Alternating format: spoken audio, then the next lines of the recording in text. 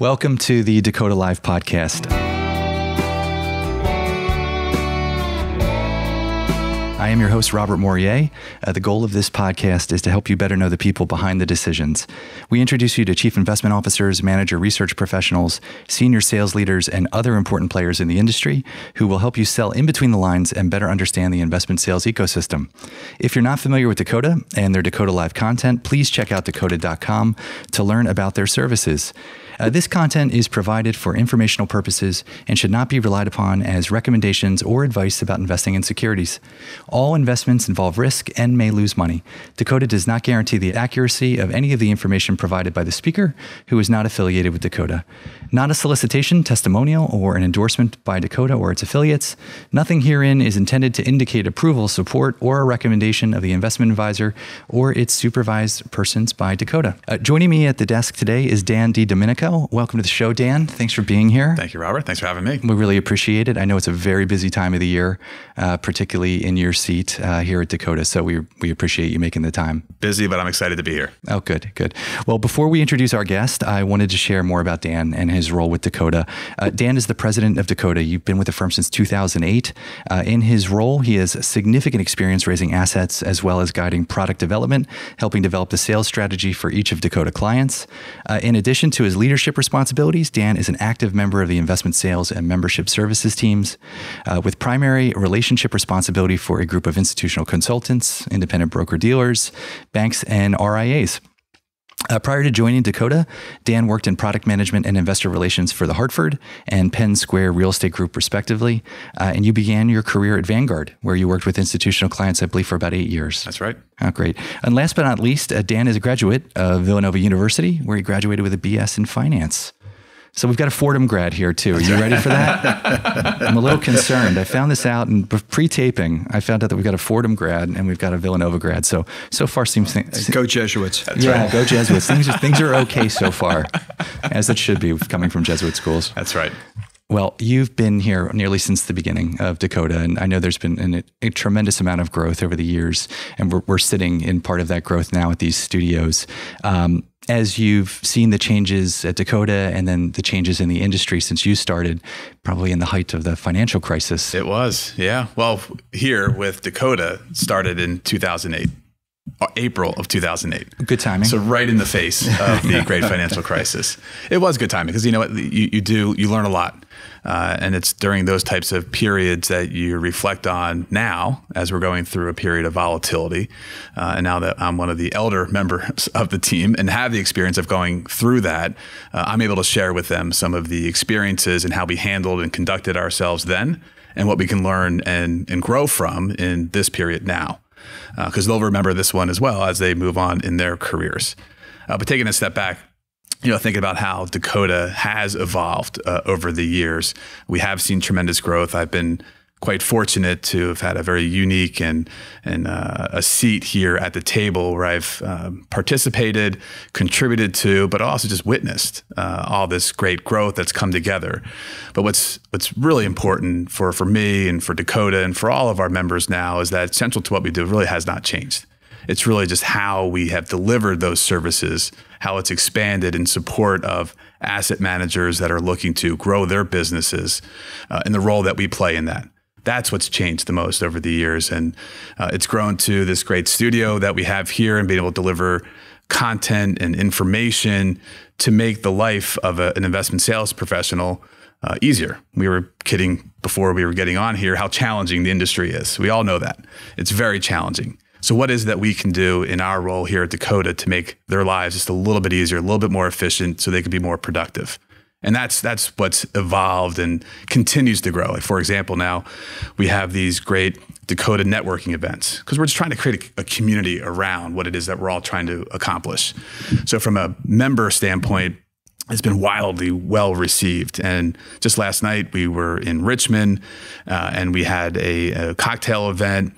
We had great participation across both of the aisles, right? From one standpoint, it's the investment sales professionals that are coming in to network with one another, to talk about what's going on in their lives. On the other side of the aisle, we have allocators that are coming in because they want to network as well. They want to know what their peers are doing in the industry. And it cuts across all varieties of allocators as well, from the institutional consulting world to the pension world, into the wealth management world of RIAs and multifamily offices. So we get a great blend of people coming together at those events. Well, you mentioned a lot of different types of investors, from public pension plans, consultants, wealth management. How have you seen the temperature of the environment change? As you've been at these events, you're speaking with a lot of different allocators, a lot of different sales professionals. We talk about 2008, but we've just come out of another significant crisis over the last two and a half years now. So how would you diagnose where people are today in terms of the conversations you're having with your prospects and clients? Yeah, the lines used to be so clean back in the 2008 time period. We had the institutional world, and quite separately, you had the wealth intermediaries, the RIAs, the private banks, the broker dealers. Those lines have blurred, right? A lot of the conversations that we're having, more often than not, there is an institutional consultant that's going to be involved in some capacity or role within the research or the asset allocation decisions. So a lot of the conversations we have between those private clients or institutional, they're a lot the same anymore. Obviously, the growth of alternatives and the use of alternatives, especially private funds in the wealth intermediary channels, that has and continues to grow. So again, the asset allocation, the implementation of the asset allocation programs, the use of a variety of types of funds, from long-only equities, fixed income, to non-traditional, more alternative strategies, those conversations feel a lot the same between the institutional and the private wealth intermediary channels. But you mentioned one segment, and that's the plan sponsor, public pension plans, Taft-Hartley's. I'm very excited to introduce Russ Kamp to our audience today. Russ is an industry veteran who's been working for over 40 years now with many of these plan sponsors. So thanks for being here today, Russ. Robert, it's my great pleasure. Thank you. And Dan, it's a pleasure to be with you as well. Likewise. Thank you. Well, we have a lot of questions for you in this 40 minutes, but before we get into our conversation surrounding the plan sponsor market, I want to share a bit more about your background for the audience, if that's okay for a few minutes. So Russ is the managing director and senior asset manager for Ryan ALM, which he joined in July of 2019. Ryan ALM is an asset liability management firm working with U.S. plan sponsors. Russ has over 40 years. I wrote nearly before, so I had to check my math. It's over 40 years of experience in the retirement industry. And then prior to joining Ryan ALM, you were the managing partner for Kamp Consulting Solutions, which I would assume is your own business. It was. Kamp with a K. So which was a full retainer asset and liability consulting firm. You are a passionate advocate for pension reform and legislative efforts in Washington, D.C., frequently writing and speaking on this subject. We're really excited to hear a lot of your thoughts on that today. And prior to launching your firm, you were a senior vice president and director of asset management for Two Sigma Investments, where you helped launch their long-only business. Before joining Two Sigma, you were the CEO of Invesco Quantitative Strategies Group. They were managing over $30 billion in institutional clients. And you began your career as an analyst for Janney Montgomery Scott's Investment Management Control Division. I'm sure some of our listeners remember that name, as well as another name, an asset consulting firm that was later acquired by Evaluation Associates. If you started your career before 2005, you'll know Evaluation Associates well. Some very wonderful people came out of that firm, where you were a senior vice president, senior consultant, and partner. So again, thank you for being here. It's wonderful to see you. It's great to see you again, and thank you for the opportunity. I'm really looking forward to it. Well, absolutely. Well, Philadelphia welcomes you as well. It's great to be here. Good. Well, I was on your website. You've been publishing, thought pieces, white papers for several years to thousands of readers in our industry. Thinking about where we've come since 2008, we're talking about the financial crisis and obviously the more recent events that we've been through. And it's a big question to start, but how would you consider the state of pensions in the U.S. market today? Well, actually, I think on average, pensions are in good shape today. I mean, we've seen, a tremendous rally from the depths of the 2007 to 2009 crisis. Equity markets were historic in terms of producing returns that were outsized. And then we come upon 2022. And, it's a troubling environment, but it's not devastating. The problem is the confusion that's created by different accounting standards. If you look at corporate America this year, despite the fact that asset growth has been negative, and quite negative, liability growth has been greater to the downside because of rising interest rates. Rising interest rates reduce the present value of that future liability, and so funded status is actually improved for corporate America. Unfortunately, because multi-employer plans and public pension systems operate under GASB, most trustees don't appreciate that fact because they're discounting their liabilities at the ROA. And so in this environment, they look like it's a devastating situation where things appear to be deteriorating, but in fact, they're not. So why we have two different accounting standards is beyond my ability to comprehend. Obviously, there's a third standard, which is the International Accounting Standards, which has a true mark-to-market for liabilities. But it's not a devastating year despite the deterioration in asset values. Well, and I would think that one of the reasons that people feel like it's always a devastating year, because every year I read that it's a devastating year for DB plans. And every year I hear that we need to be creating new product for defined contribution. So as you think about the balance between DC and DB, and really a question for both of you, Dan, from a sales perspective, thinking about, the two areas of the market, and then Russ, from an advisory perspective, it sounds like there's a lot of education going on, just in general. The health of the DB plans versus the availability of DC? Yeah, I mean, for me, I'm a huge advocate for defined benefit plans. I don't think asking untrained individuals to fund manage and then disperse, quote unquote, a benefit is making a lot of sense. I just think it's poor policy. Unfortunately, a lot of employees asked for this back in the 80s and 90s, and you get what you ask for sometimes, and it's not necessarily great news.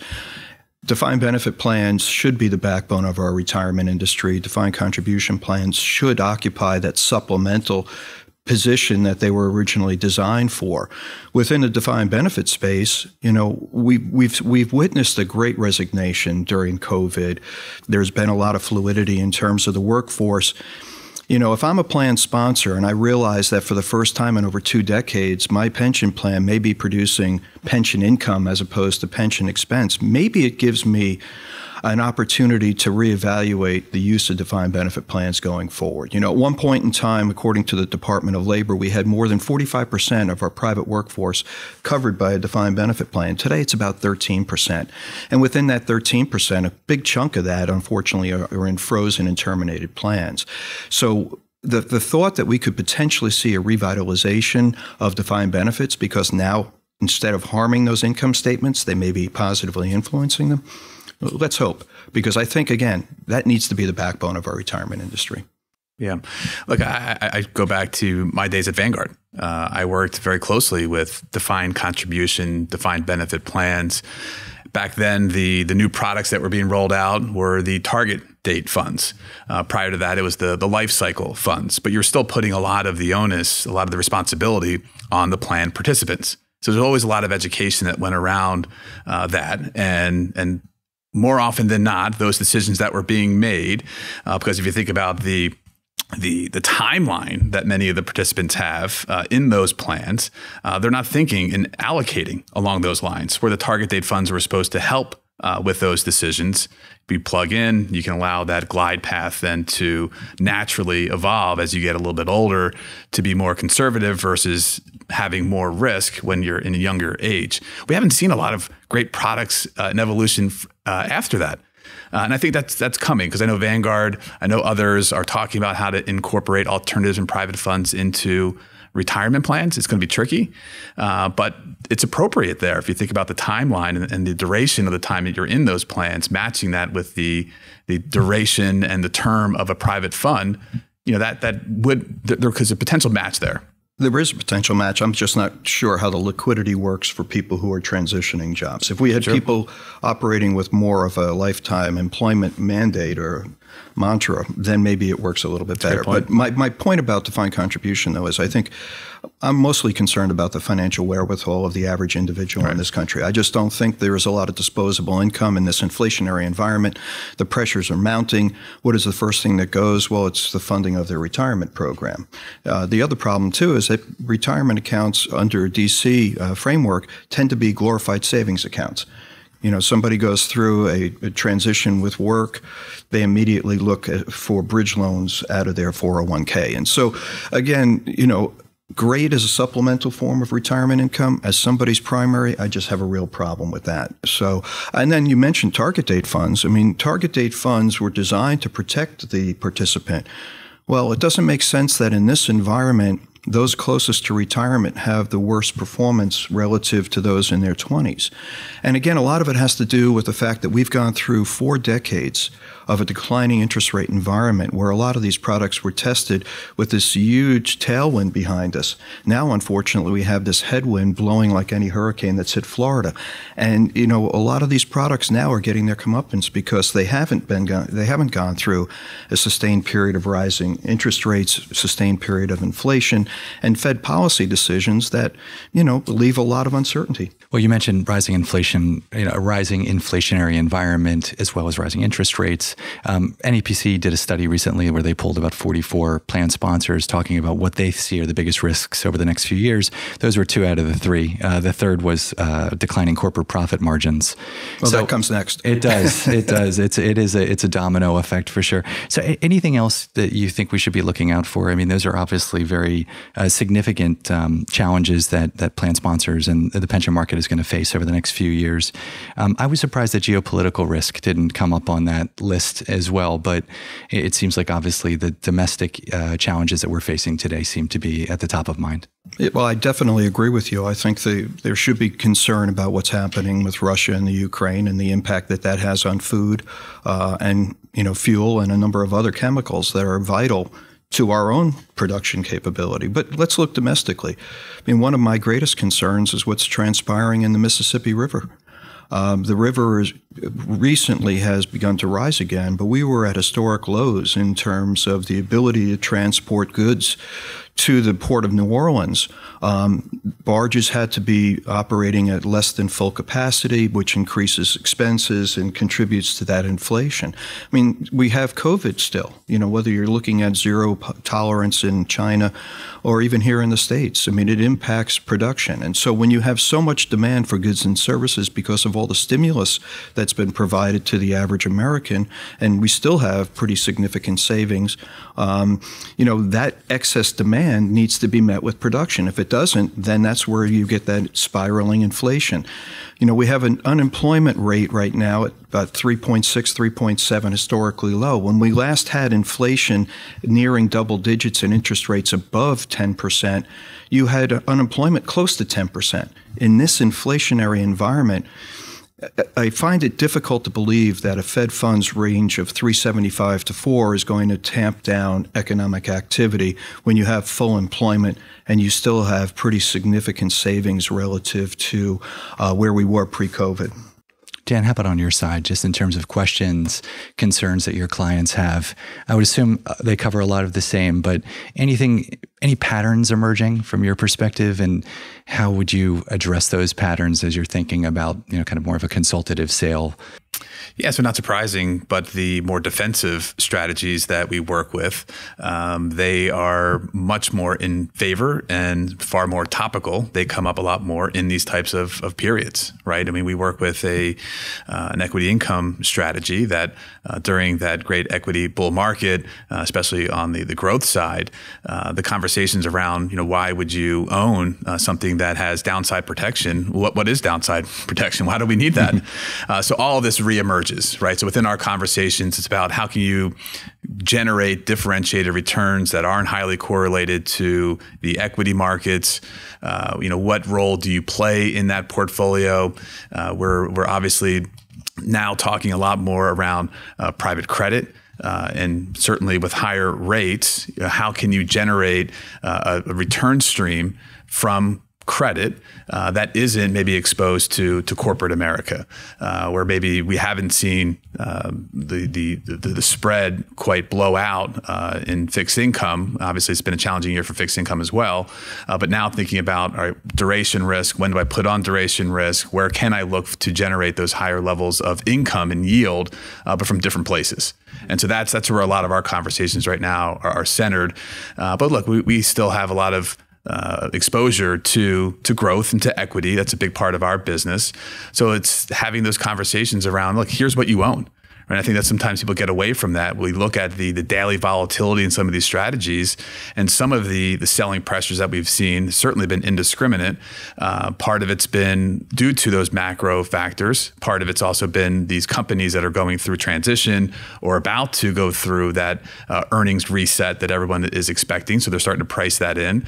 So it's giving people this understanding, like, here's what you own. Like, here's the quality of the portfolio. And look, when that risk on trade comes back, you never know when that pivot occurs, but it's just giving more information and communicating and being transparent around these portfolios. That's the role that we play in the conversation. Good points. When I reached out to Russ prior to coming on board, I asked him, some talking points. What are you thinking about? He wrote, bonds are back. I'm glad he wrote something more than that, but you did mention that bonds are back. So as you're thinking about this interest rate environment, you're thinking about fixed income. A lot of our audience are in the fixed income business, either on the sales or portfolio management side. Where are you seeing opportunities in terms of fixed income? And how should people be thinking about some of these strategies that Dan had just mentioned? Well, first of all, I'm excited that bonds are back. As an asset liability manager, bonds are really the framework for taking risk off the portfolio through defeasance strategies. And, we as an industry have seen just tremendous migration to alternatives over the last several years. And I don't argue with that. I think that there are great opportunities in that space, but what you need is time, right? So one of the greatest investment tenets is time, a time horizon that can be extended and not, disrupted because of market dislocations. And so what we propose from an asset allocation framework is get rid of this concept that all the eggs need to be in one basket focused on the return on asset assumption. Bifurcate your assets, create a liquidity bucket, and then have a growth bucket. The liquidity bucket is used to meet near-term benefits and expenses. It's the retired lives liability that is fixed, right? And then all of your alternatives now can just grow unencumbered to meet those future liabilities. The thought of having this tremendous migration without a liquidity policy doesn't make sense to me. Guinness Asset Management out of the UK did a study back in 2014, and fortunately they updated it recently in 2020. And what they have shown is that going back to 1940 and over 10-year periods of time, 47% of the return to the S&P 500 comes from dividends and dividends reinvested. If you extend that out to 20-year horizons, it's 57% of the total return comes from dividends and dividends reinvested. But what do we do as plan sponsors? Every month, we sweep cash wherever we can find it, whether it's interest income from the fixed income managers, dividend income from equities, or distributions from your alternatives. Well, what they're doing is they're damaging that long-term return. I think it was Buffett who said that accrued, what do you say? The compound interest is the eighth wonder of the world. Well, we've mitigated that by the practices of just sweeping cash. If you constructed a defeased bond portfolio in this environment, first and foremost, you're defeasing future liabilities, which are not interest rate sensitive. So you get rid of the greatest risk to bonds, particularly in this environment. Second, you've just extended the investing horizon now for all of those alternative assets to grow. And now you're allowing higher returning assets to actually get that compounding from the reinvestment of those dividends. There's just so much going on by just thinking outside the box a little bit and coming up with a solution with regard to asset allocation. I look at our current asset allocation practices as nothing more than riding a roller coaster up and down. If you remember after Sandy, when the roller coaster at Seaside Heights ended up in the Atlantic Ocean, that's what I look at as our asset allocation practice. We ride it up, we ride it down, we ride it up, and eventually we get all wet when it falls into the ocean. And we got to get off that roller coaster. That's the biggest problem. Well, what's that education process like? Introducing alternatives into an asset allocation model, as you're speaking with trustees, as you're speaking to your own clients, Dan, we're talking about private credit to start this conversation. What's that education process like? Because it's ever evolving. There's always new product. There's always some niche strategy or vehicle that comes out to help mitigate some of these challenges that you just described. So how do you see that education process, and how do you see your clients receiving it? Yeah, like from our seat, I always say that we have the benefit of articulating and try to bring to life the complementary role a strategy that we represent can play set against the current exposures within an asset allocation and a plan that's already been put into place. I think your seat's much more challenging. It's making those asset allocation decisions, right? And when to allocate. So from our perspective, when I'm in the conversation talking about private credit or talking about any of our long-only equity strategies, we're playing that role of just trying to bring to life the performance patterns, what they should expect in different market environments, knowing that these are tools. Ultimately, at the end of the day, what we're bringing to the table, they're the ingredients for the cake that is being made from a plan sponsor standpoint.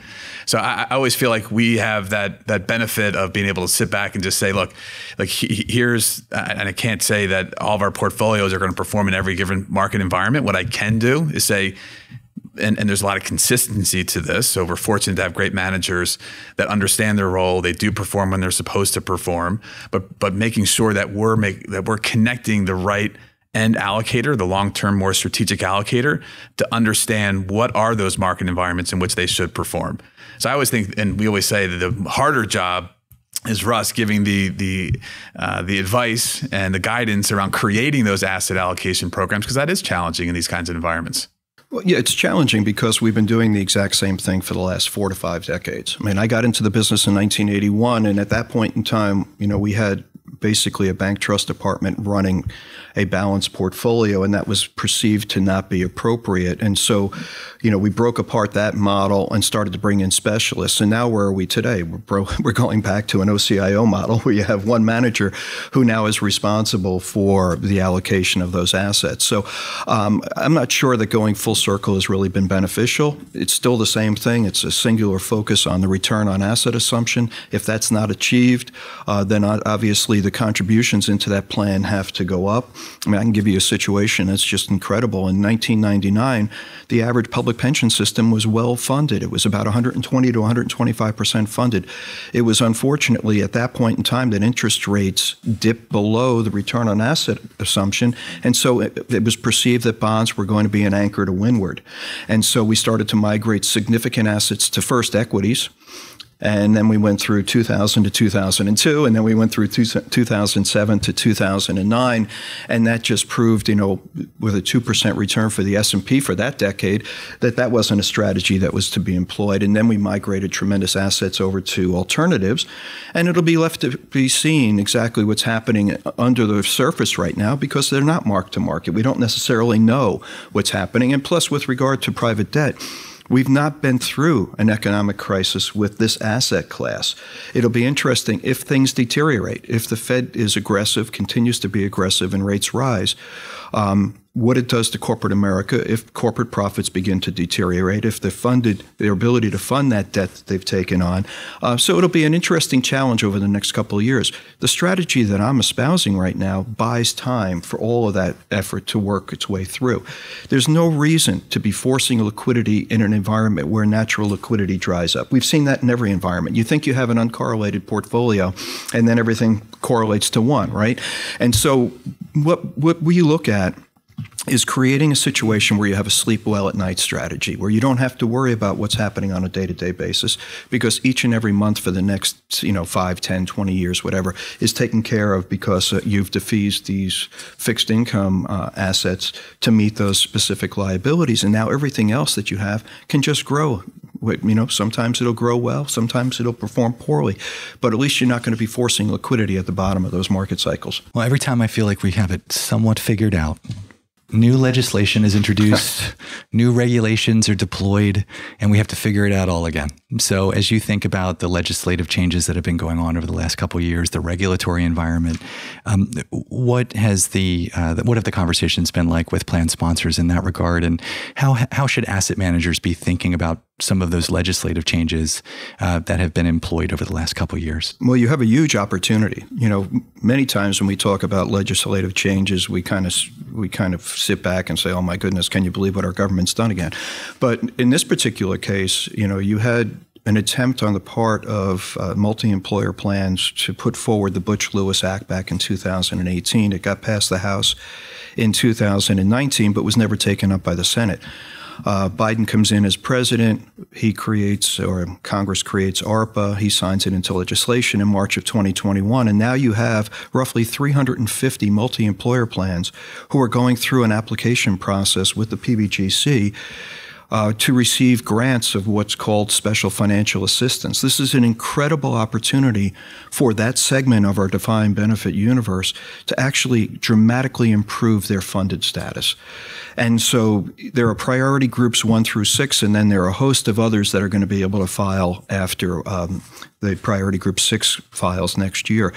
And so from an asset standpoint, it's going to help fixed income managers primarily, because the assets need to remain segregated. So if you receive a special financial assistance grant, that money is used to meet benefits and expenses.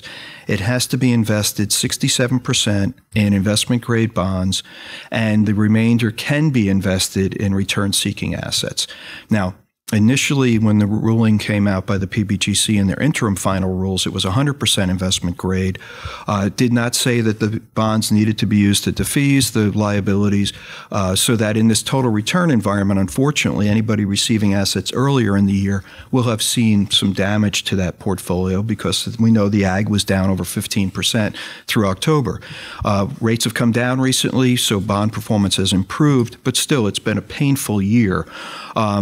The return-seeking assets need to be kept in once a year in that 33-67% ratio. So it's about $90 billion that's being injected into the multi-employer space for investment management organizations to take advantage of that. Now, I say the SFA will mostly benefit those that are going to be implementing high-quality fixed income strategies. But if done successfully, the legacy assets in those pension plans can now be managed much more aggressively, because they're no longer a source of liquidity, at least for that period of time when benefits and expenses are being paid out of the SFA bucket. So those assets are up for grabs. They don't have to be wed. The asset consulting community doesn't have to be wed to their current structure. They can migrate a significant percentage of those assets into the alternative space, whether we're talking about private equity, private debt, whether we're talking about infrastructure, which obviously for multi-employer plans is a huge opportunity. They want to be able to create jobs. Well, infrastructure, high-quality paying jobs, right? So real estate, infrastructure, timber, agriculture, whatever you feel like you want to invest in, now you have the opportunity, because now you have a runway that extends beyond 10, 12, 15 years in many cases. So it's a great opportunity within multi-employer plans. Unfortunately, with regard to corporate America, the PBGC, it's painful because of PBGC premiums to maintain a lot of these plans. And so that's been one of the things that I think has damaged the use of defined benefit plans. But as we talked about before, with funded status improving, with pension income being created as opposed to pension expense, perhaps now we have an opportunity for the investing community to really rally around and support defined benefit plans and become the advocates that they should have been all along in trying to preserve these critically important vehicles. So it sounds like the legislation is going to provide the benefit of time. This particular strategy, ARPA, if they use that bucket to defease liabilities, then they absolutely have bought time. If you're using total return fixed income strategies that are harmed by changes in the interest rate environment, maybe not as much. But in any case, you're still going to have time for the legacy assets if they were to restructure those portfolios and rely a little bit more on that time frame. While this is all happening just legislatively, there have been, I guess you could say, a little bit of a ping pong match as it pertains to ESG, environmental, social, and governance, integration into public pension and plan sponsor assets. One administration says you don't have to look at it this closely. Another administration says you do. So, it's turned very political in a lot of ways, but it's something that's very important to the clients that listen to this program, whether you're a corporate pension plan, an endowment foundation, or a public pension plan.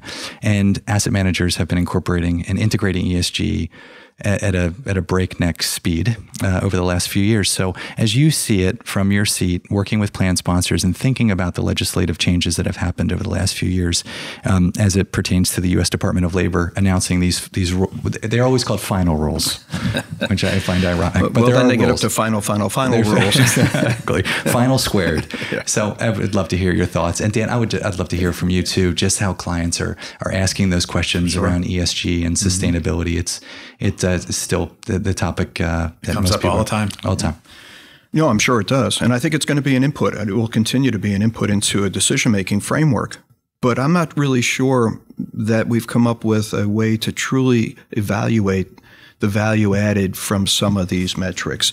And until we can, it's going to be very difficult to differentiate one firm from another firm in terms of their ability to actually add value through these decision frameworks. So great that we're paying more attention to ESG issues. Difficult to evaluate the value added from those. Will it be an input? Absolutely. Will plan sponsors, particularly public pension systems, continue to look at that? And endowments and foundations? Certainly. But until we get the appropriate metrics in place to measure the value added, I'm not really sure how one differentiates one firm from another. Yeah, look, and like I said, it comes up in all of our conversations. It's now incorporated into every single DDQ, RFP. It's what's your approach in ESG? And this is across all investment strategies, from value to growth to the alternative side.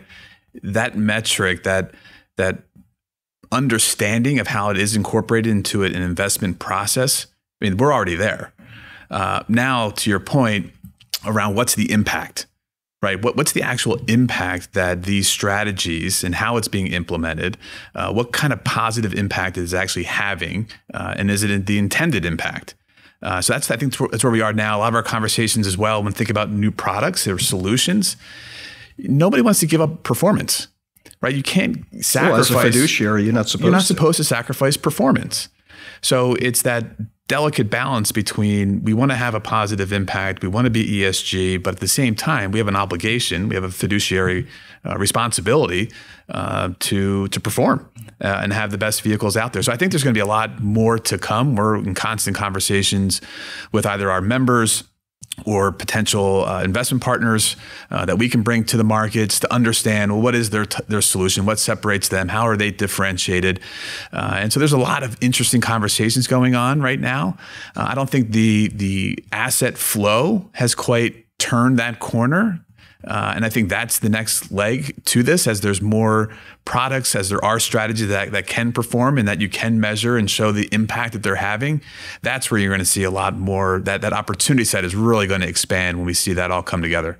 Yeah, I mean, I would love to see an investment manager put together a product which would be considered their standard product, and then put together a competing ESG product and be able to measure that on a day-to-day basis to see if that framework actually adds value. It's difficult to compare one manager to another, but you have to have a baseline for what that manager would have done without overlaying ESG on top of it. I mean, listen, going back to my days at Invesco, we were asked to slice and dice the universe all the time. You know, if we were working with the Sisters of Mercy out of Detroit, well, we couldn't have a certain segment of our population. The Irish government didn't want to have ammunition, no tobacco, no South Africa. I mean, we've been doing this for years and years and years, and depending on the magnitude of that slice, we were able to tell clients, well, this is how you impact your alpha generating and your risk. And the more you actually trim the universe, the more volatility you're going to create because you have more tracking error. So, I mean, there are going to be ways to do this. I haven't seen that today. And so I'm a little sanguine, actually, about the true value added from this effort. I think, personally, there are so many other things we need to do to secure the defined benefit plan that the plan participant would appreciate than worrying about some of these things.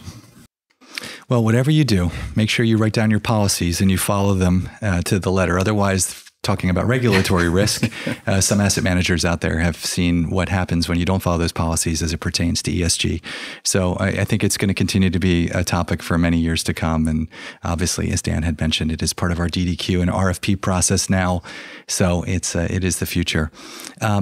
We've been spending a lot of time in the U.S. market for good reason, but a lot of our audience and some of our clients and the allocators who tune in are thinking about non-U.S. markets. They're thinking about non-U.S. distribution strategies. They're thinking about international equities and non-U.S. fixed income.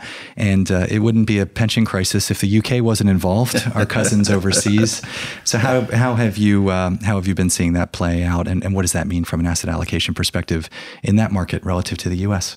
Well, the first thing I would say is that the U.S. performance within the equities have dwarfed that of our non-U.S. neighbors. I mean, equity performance outside of the United States has been dismal for what appears to be a decade at this point in time. Strength of the dollar has not helped that situation at all. And I think just from a tactical standpoint, it might make sense to begin to shift assets from the U.S. overseas just because of the dramatic underperformance. That's just kind of a top-line throw-out.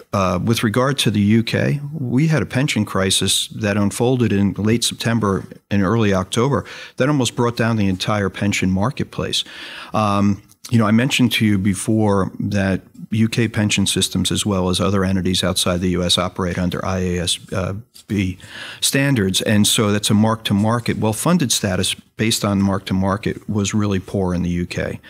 And as a result, they were looking to improve their funded status through liability-driven investing strategies, most notably duration strategies, highly levered duration strategies, as much as 7 times. I mean, just incredible to think about that these strategies were levered to that extent. What was transpiring in the UK that really exacerbated this problem?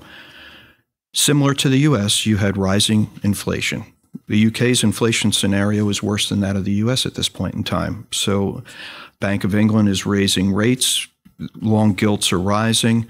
Unfortunately, that's putting pressure on those derivatives that they had engaged in, those swaps. And so as rates were rising, more collateral is being called. Well, the only way to build that collateral bucket was to sell gilts. And so you had this virtuous circle where plan sponsors were selling gilts, raising interest rates, and more demand for more collateral was being called.